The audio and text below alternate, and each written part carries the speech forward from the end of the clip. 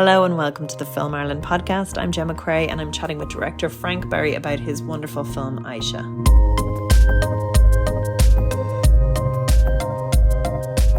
Thank you so much for chatting with us. Pleasure. It's great to be here, Gemma. If you can, first off, tell me a little bit about how your absolutely gorgeous film that I think gets to the humanity of so many issues and does so with such kind of authenticity of character, with such kind of, you're even gracious to the world as well, which is difficult because you kind of show the complexities that exist within that. Just tell me a little bit about how you approach a problem like this and how you get to create such a wonderful script from it.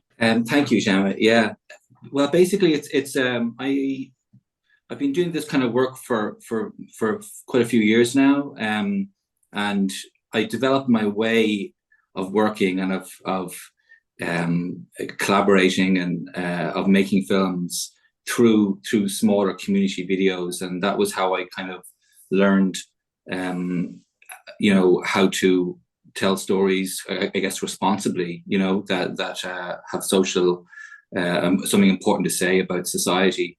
I first of all, what I do is I think about, where do I position myself responsibly, at the beginning, and who should I speak to, and should I make this film? Am I the right person to make this film? Can I make this film? So there's all those questions at the beginning, and there were the questions that would be on my mind with the community videos as well. What is a central message, or what is the point, and what is the purpose of the film, and how do we get to making that film? So on this film, I made contact with Lucky Kambule, who was one of the founders of Movement of Asylum Seekers Ireland, and I went in with that frame of mind, very open, not sure whether we'd make a film and whether it would go anywhere, but I just wanted to listen, because I learned about the direct provision system. I'd read a lot about the system that exists in my name, and it's really, it's just awful, an awful system, and I wanted to know more about the experiences of people coming to Ireland seeking protection. So what I do is I just listen, and very gently and very kind of over a long period of time, very subtly, just kind of let the project evolve naturally. So I was speaking to Lucky, and I was gauging from him how he felt about whether I should go any further. But I think he perhaps noticed that I was a good listener. I was understanding the things he was trying to put across to me.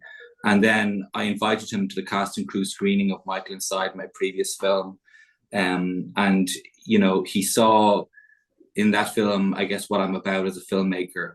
And so that's kind of where it started. And it was very, very, but I'm questioning all the time, and I'm never complacent, and I'm always wondering where this should, where is this going, and what will this film be? But I don't try and put it together in my head. I try and let it emerge through conversations, because I started a journey of speaking to a lot of people over a long period of time, and then a lot of the people that I spoke to started to say the same things and similar things, and then that's when you get a feeling that the story or the film is speaking to you. It's telling you what it is really. So I try not to kind of come at it from the point of view of I've got this idea for a film. It's more about placing myself in the environment and then finding the story within there, if that makes any sense at all. Totally. And it's such a wonderful process, because I remember seeing Michael Inside in the cinema and just being blown away by the way that you captured this authentic humanity and trouble, but the inevitability of it and the systemic failure. And I think that's something that, again, you get so right with this film, about how the problem is systemic. Like it isn't even about one worker in a hotel, because you even get like glimpses of humanity between, you know, like staff that are in there that are troubled, and you really kind of capture that. And certain, like, some people are just terrible, but some people are really trying their best, and it's about how the system really fails your lead character. So can you tell me a little bit about, so you're kind of set up, and I think one of the things that I found very interesting about what you said was how you were like, am I the right person to tell this? And I would say, like, you could see why, just say like a kind of white middle class guy might not necessarily be, but I would say you, particularly Frank Barry, have kind of have this corner of actually being able to tell these stories very thoughtfully and empathetically, and with that authenticity that I believe it, and that you're like, it does feel so observed, like almost like a documentary in some ways. As a viewer, that's something that I would have enjoyed watching about your work. But so you were saying that you'd be kind of surround yourself with that world and talk to people in the system, but how then does that process, how does the story develop from there? Like, how do you kind of structure that into something that we all recognize as a film?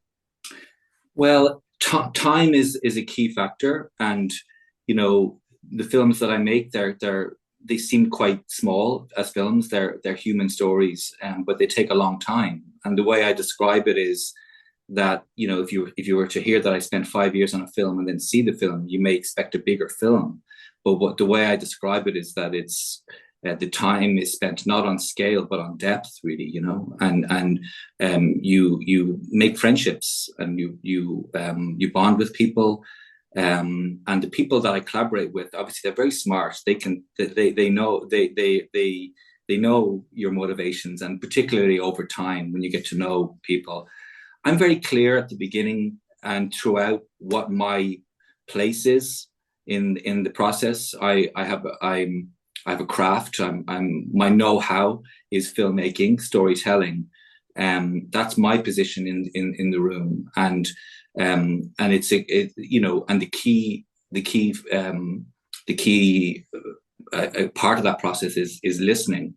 And I think when you get to know people over a long period of time, and you do listen, and then you say back to somebody what they've said to you maybe weeks before, and you know, it starts to evolve, and there's a feeling that the people you're speaking to feel that, yes, actually, you know, something I have to say here could end up in this film, and it could be expressed, you know. And I think in any artistic practice, as I mentioned this before, when you're using your personality and your character, you know, when you're yourself in the room, basically, and it's the place I'm most comfortable, you know, is when I'm in the world with a cup of tea and I'm talking to people over a long period of time. I'm just very comfortable in that space, and it's a creative space, you know. You know, so I would listen, and then I would you know, go back and do a little bit more writing based on what I'd heard, and then I'd bring it back to the room, and then we would discuss that and just something not right, and then, but a lot of it is sharing experiences with someone that they trust, basically, and I start to get a feeling when I hear lots of different experiences, you know, like a lot of the subtle details in the film about, you know, Aisha being asked where she's from, and your English is good, and you know, even speaking to her solicitor about eye contact, and all these are things that, you know, they're all said to me, and I don't make anything up, really. It's just, you know, the idea is to put a tapestry of lived experience on the screen, you know. And so the idea of, so as you can imagine, when you're listening to a lot of very, very difficult, a lot of suffering and a lot of tough experiences, the conversation went to a human connection in an inhumane system, and that's how we phrased it. And if something feels natural, then I tend to go with it, and I feel good about it. I feel okay, that's okay, that makes sense. And the Conor character came from Michael inside, because that's when I first started to research Aisha, because I learned that the direct provision system and the prison system were both run by the same government department, and that's where it started. So that felt, to bring that into the room felt okay. That felt right. That's okay, and we talked about Conor, and it was an opportunity for me to share those years, and to talk about a character who's trying, to get his life back on track, so it was just listening, and then the story kind of emerging, and just keeping that conversation going. And so you're consulting people in that world the whole way along. When you have your script, when do you know it's right? What's your process? So you kind of put all the ideas down, you surround them around one kind of very pivotal, strong character, and then set off. Does it take a couple of drafts? Are you kind of mentally drafting it as you're having the conversations? How does it manifest? Yeah, it's always evolving, and it's for me, the script is never finished, really. Even in pre-production, I'm always tinkering with it, and always authenticating it. So we get to a point where we have a screenplay, and I send it to every. I think normal practice is that you don't do this, but it's available to anybody who wants to read it, and I send it out to lots of people. I've sent it out to academics as well. I wanted it authenticated, and I wanted to a lot of the people that I researched with over the years, who may not be currently engaged in what I'm doing at this moment, but who I'm friends with and I know well. I would send it to them, and get everybody's perspective on it, and send it to other filmmakers as well. And then once we go into pre-production, it's a different conversation. Then it becomes really, really that is exciting, because the HODs come in, and lots of your collaborators come in, and it goes to another process of realism and authenticity, and that's exciting. It's like so everything, all the decisions and the brief. Really, anybody working with me on a film, it feels very collaborative for the crew and the cast and everybody. But the brief is always just to get as close to realism, to reality as we can. So it's constantly evolving. And actually, even you mentioned kind of going from pre-production to shooting. You've some. Did you know you were going to get some Hollywood heavyweight as your beautiful main character? Was that always in the books? Was that like in the? How did you even land that? It's amazing. Yeah, it's the script was we got to a stage where we were applying for production funding from Screen Ireland, and BBC Films came in quite late on in the process, and I think everybody recognized the reality of it, and I think the script was getting some positive feedback, and it landed with Letitia Wright on her desk, and she read it, and she made contact and asked to be considered very humbly. And this was around the time of a very exciting email. Yeah, oh my God. It was she had just done Mangrove, and she'd worked with Dominic Savage before that, someone I admire, and I've been looking at her films or her dramas for many years. But I spoke to her, and it was just a really, really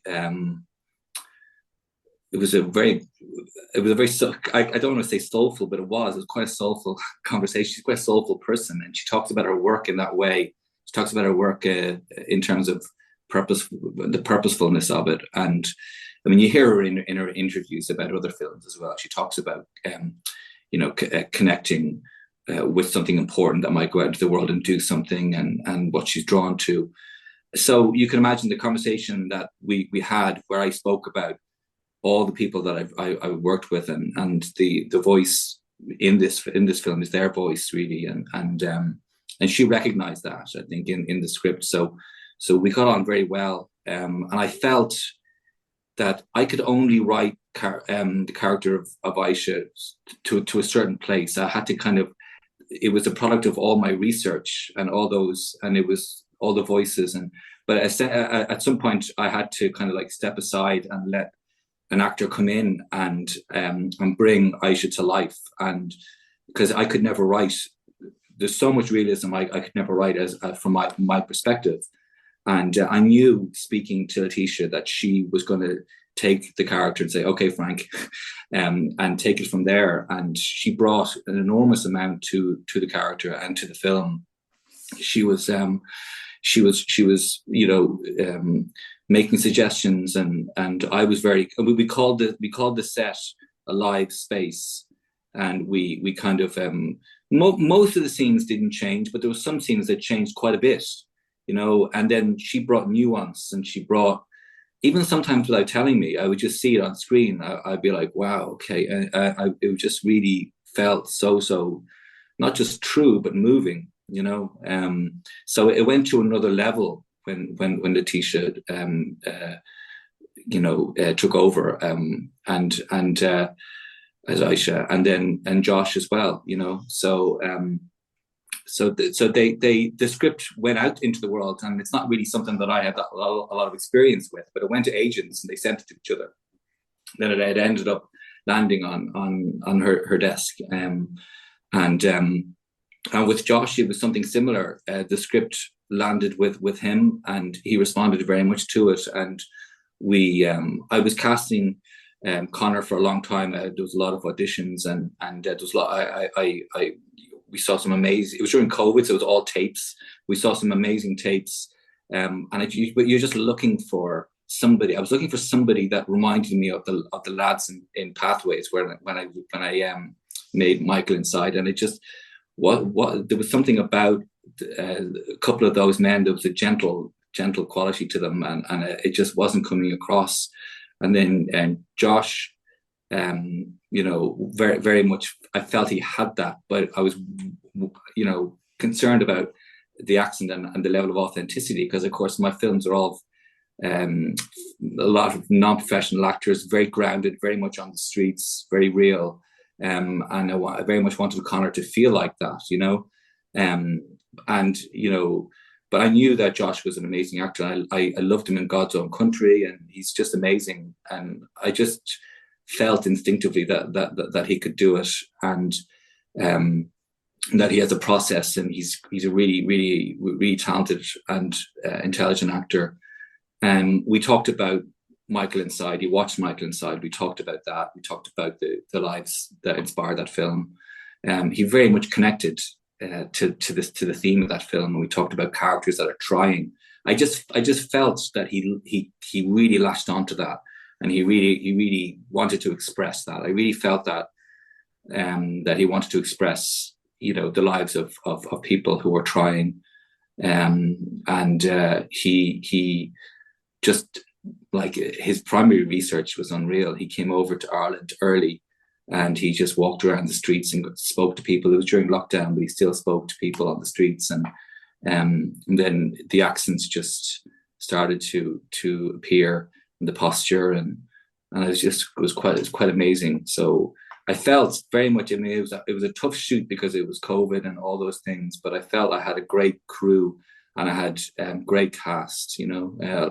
We have amazing supporting cast as well: Stuart Graham, Dennis Conway, Lachlan Cranage, Ruth McCabe, Dawn Bradfield, but also we have amazing new actors, so Yemi Ojo and Antoinette Doyle, and a lot of people who would have been extras in other dramas, Irish dramas, but never really acted, as and they were amazing, So yeah, I kind of went off topic there for a bit. Did I? No, it's fascinating actually, and that's exactly. It's funny that you say that, because I think watching it, that was something that really came across to me, where where you got Conor's that like gentle, very masculine, very like slow paced vulnerability, like where you just go, like in any other realm or walk of life, like they'd probably, like kind of have settled in. But I think, you kind of get in with the wrong crew and you get dragged a specific way, and it's very difficult to fight against it. But like that, it's their kind of like gentle authenticity that makes them so kind of kind and pliable in those situations and brings them on that journey where you feel that when you watch him, like, you Yes. can, you're only getting a snippet of him, but he felt so Yes.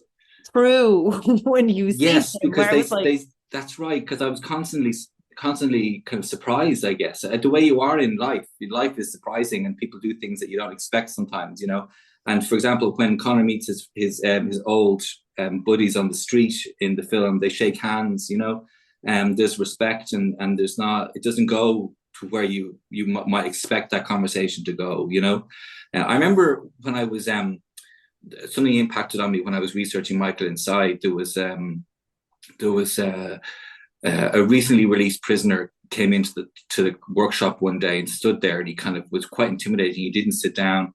He just stood there on the edge while I was talking, and I thought he was like unhappy with what I was doing. Who's this middle class guy doing? I wasn't sure how he felt about what we were doing. He didn't know me, so maybe he thought there was something exploitative going on, or I didn't know the world or whatever. But he stood there for quite a while, and then he used to come down every week. He'd just been released, so he had been inside for a long time, and he used to come down. I remember I got to know him, and I said to him once, when you first started here, when I first met you, you used to stand there, and I didn't know what to make of you, to be honest. I didn't know how you felt about what we were doing. So why didn't you just pull up a chair? And he said to me, I didn't feel worthy. oh.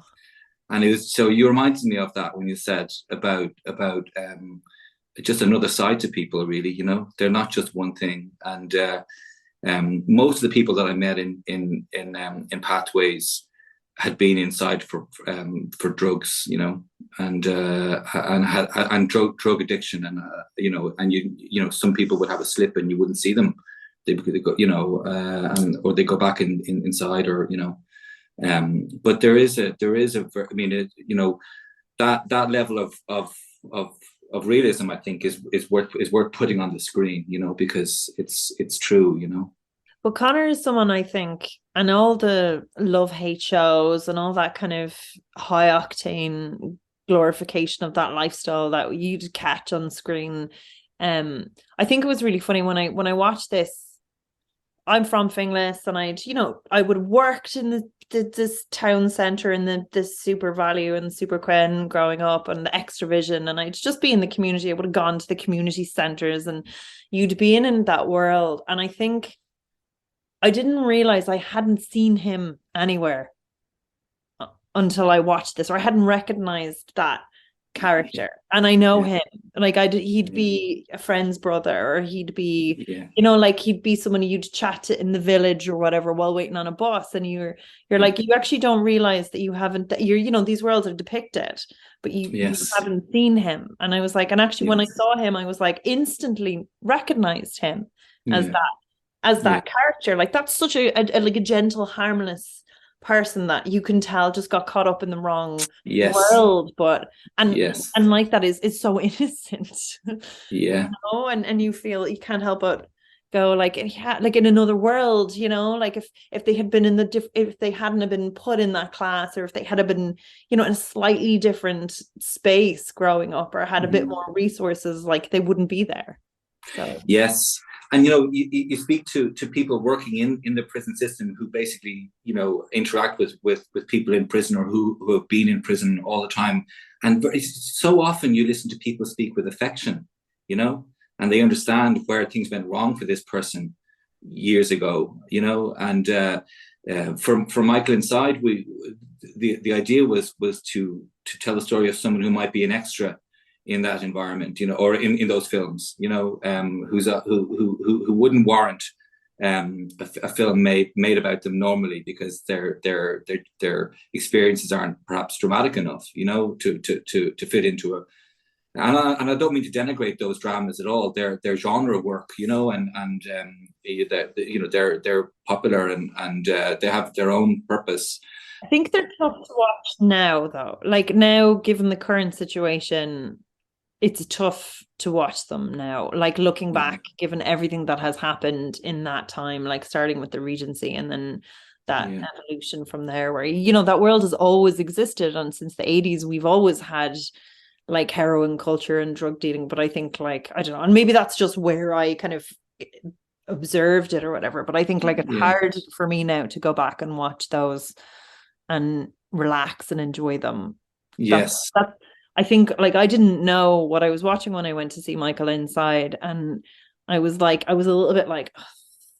And then I was just blown away by the beauty of it and the emotional honesty of it, and again, I love how you get the world, like it's all the character, it's not just your leads, it's not just their story, like it's just like that little snapshot, and I think it's that Jungian capturing of humanity that is what I like to see of it, not the kind of, you know, like the Wire where you really observe the world, but it's terrible, where you capture the life and the joy and the wants of everybody, and how, you know, like this is a shitty system, but they're not all shitty people. Yes, absolutely.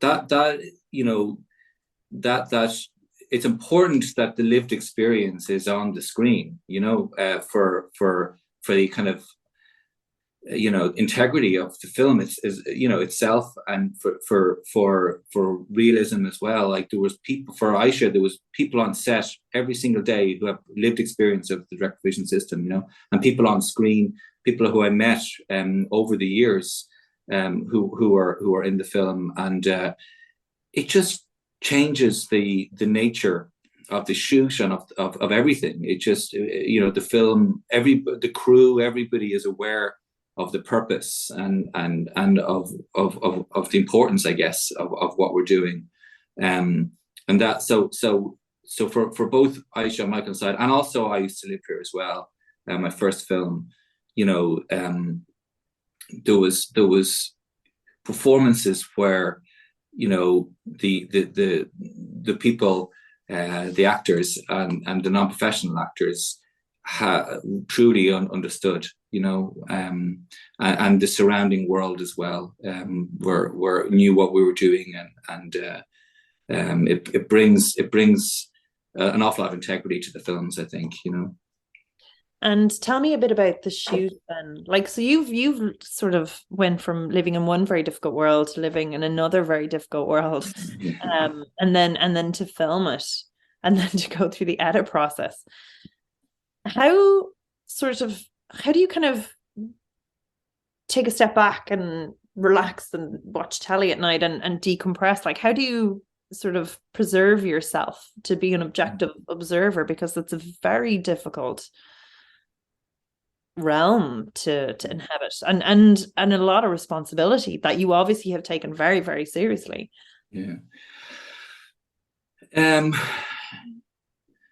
Well, the people I'm working with obviously are, on every film, have suffered way more than I ever have or will, you know, and so never say never, of course, in terms of who knows where your life will take you, but so that's I'm always aware of that. I equate it to going into a new job.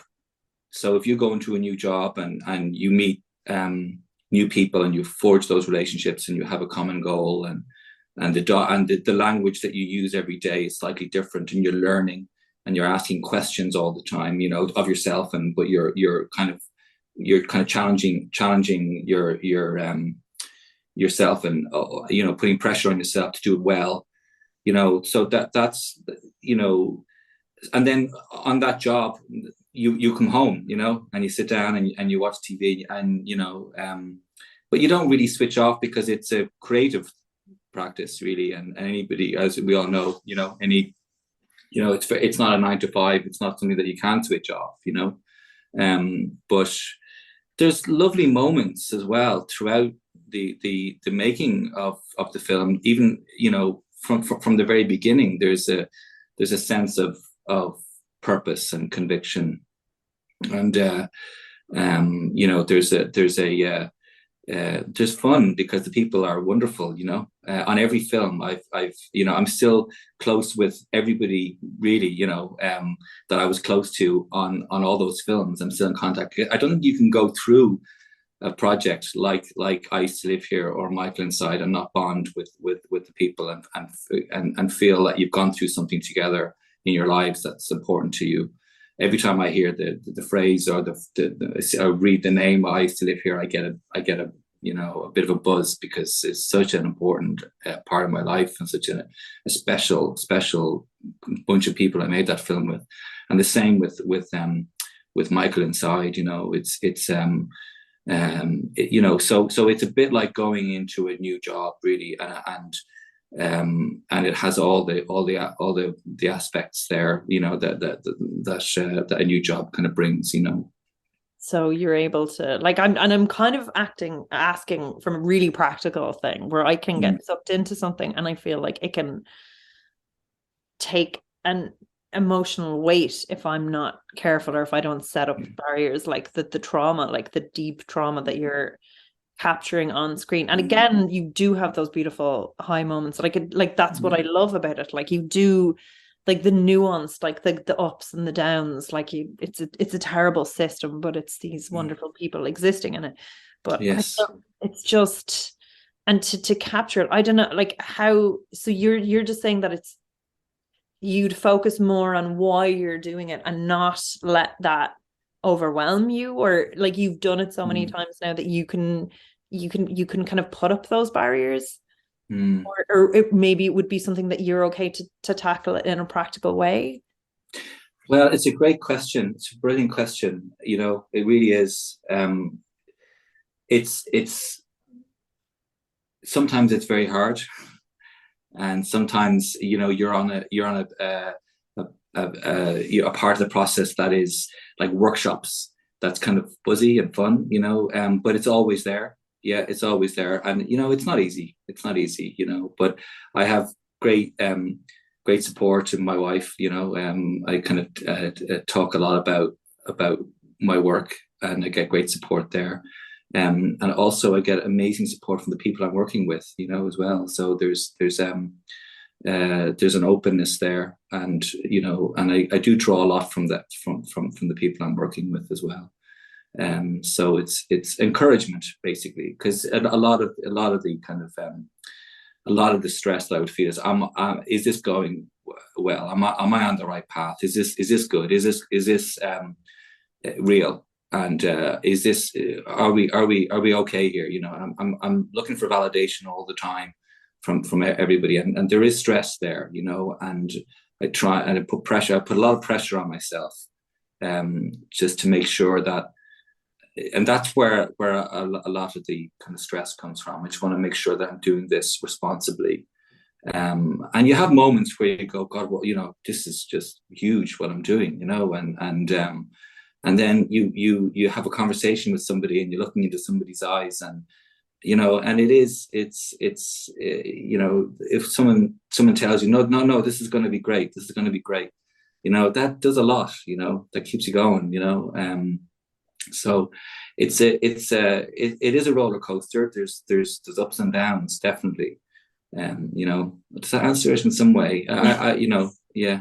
Because it's about that again, the sort of subject about capturing it well. So yeah, the shoot, again, you kind of curated a fabulous shoot. You've got all the performances down. Now, how do you tackle it in the edit? Do you I know that the vibe is to get it sort of as realistic as possible and capture it. Do you do you consider pacing? How do you get the sound mix involved? Like, what's your process there?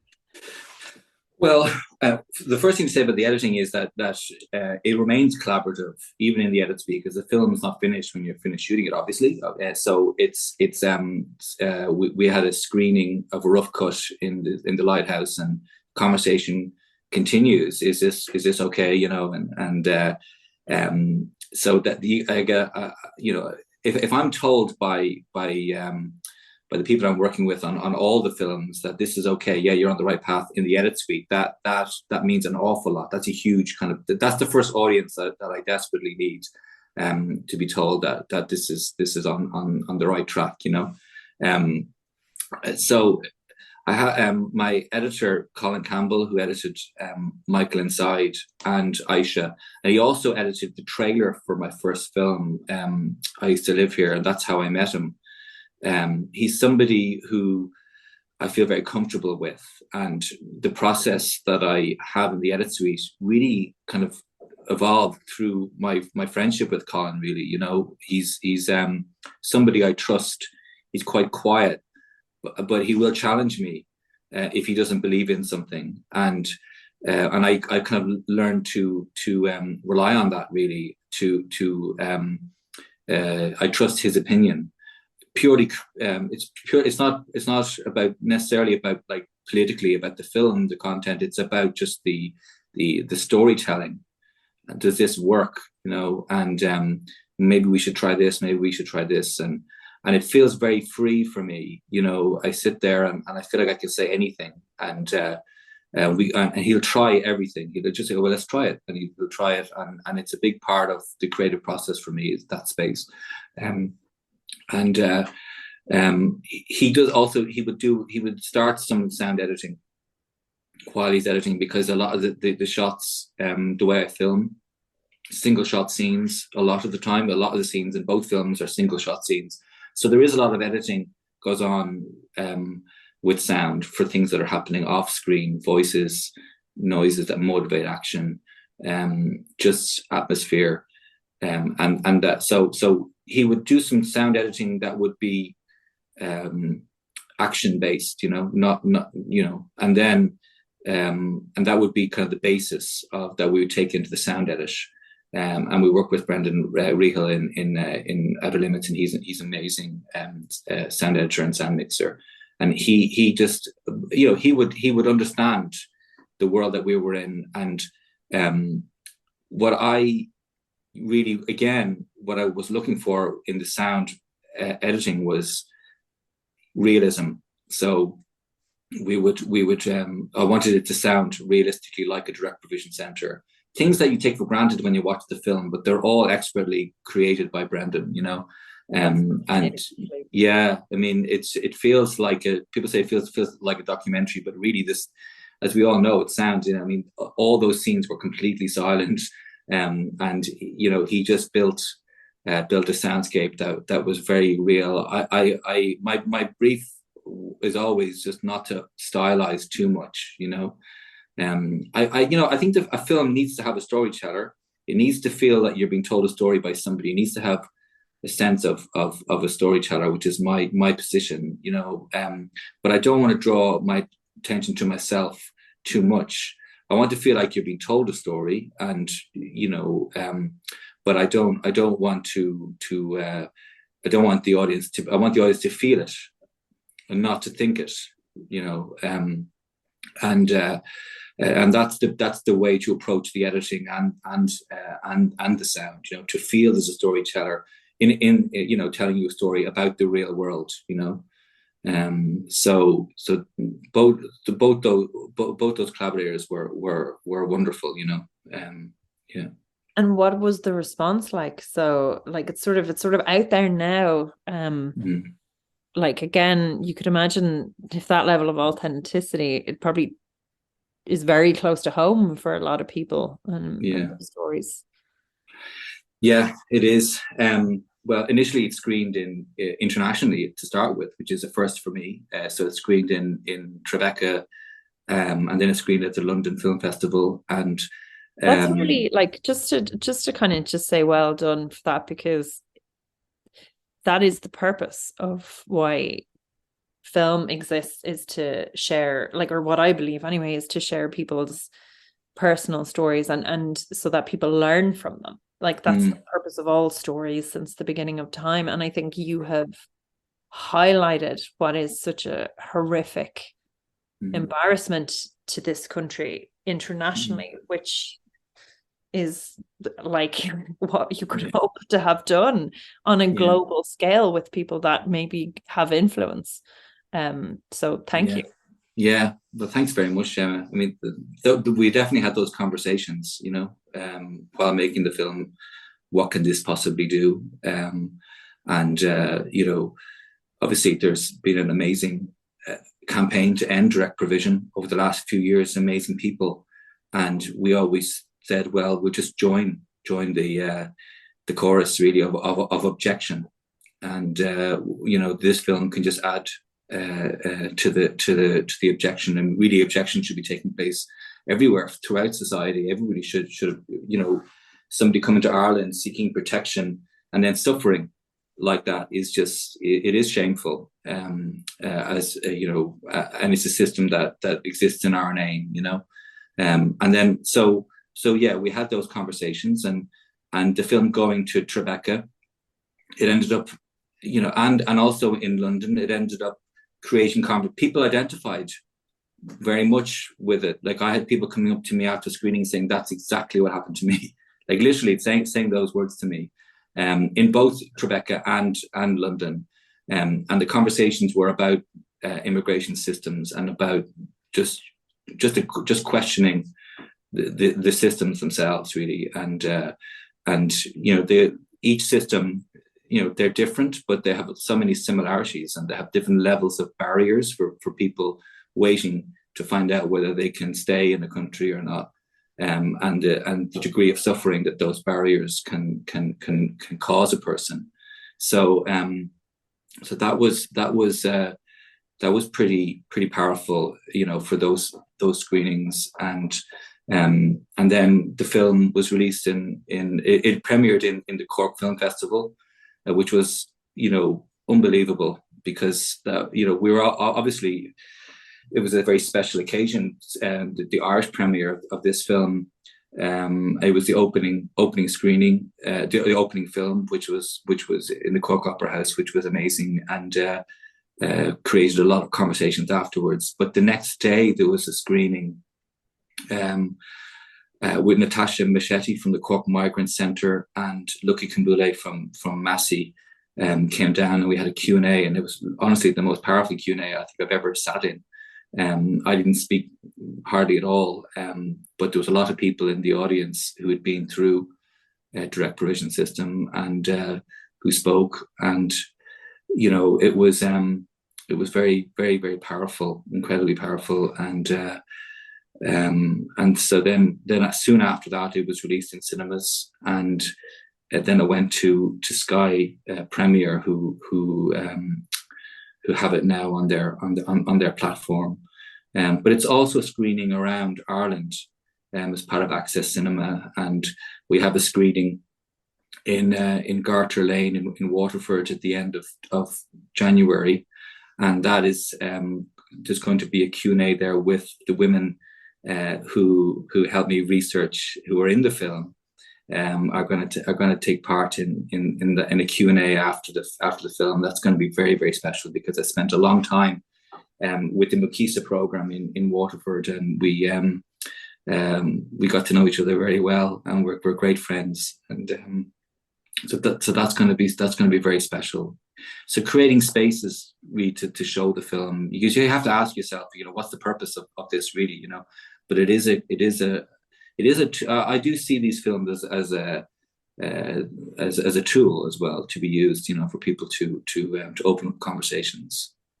And I would say this, like, as someone who watches it, it's very difficult, and there's very difficult watches, but there's, I think, I don't know, I do capture like a hopefulness in the way that you capture your characters, where, like, I know it's this terrible system, but again, you have that kind of roundedness that it's enjoyable to watch, and it's not just this weighty story. There's so much kind of beauty in it, and humanity in it, and the connections that are found there, and how well everyone is observed. So it's not just, if anyone hasn't watched it and is listening, just this kind of weighty watch either. Like, it's gorgeous. So like it's really beautiful film.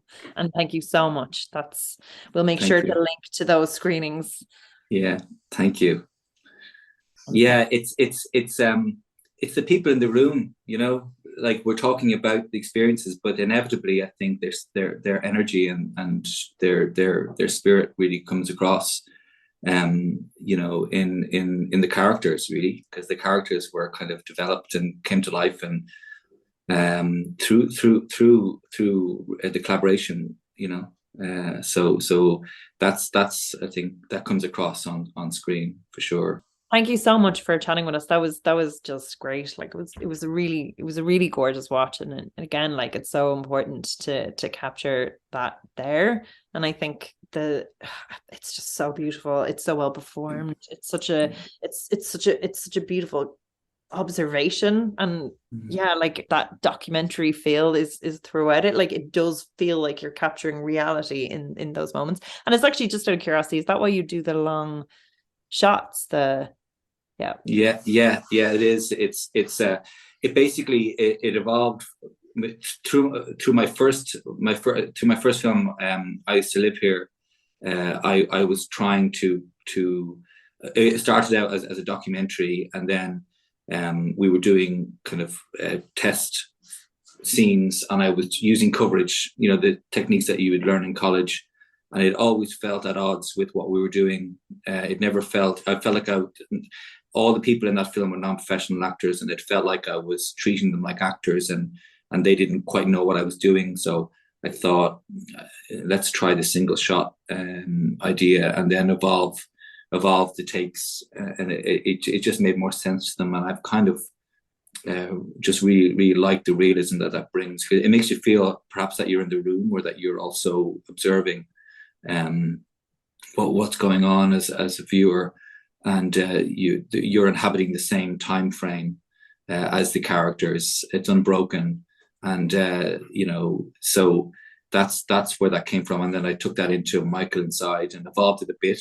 and then the same with Aisha. Each film, it's never dogmatically single shot scenes from the beginning to the end, but each film tells you what it needs, you know. That's very interesting. Okay, that's it. I promise I won't keep you any longer. I've kept you way too long as it is. Thank you. So I could talk for hours about it, because thank you, Gemma. Thanks for your questions. I really enjoyed talking to you. Thanks a million.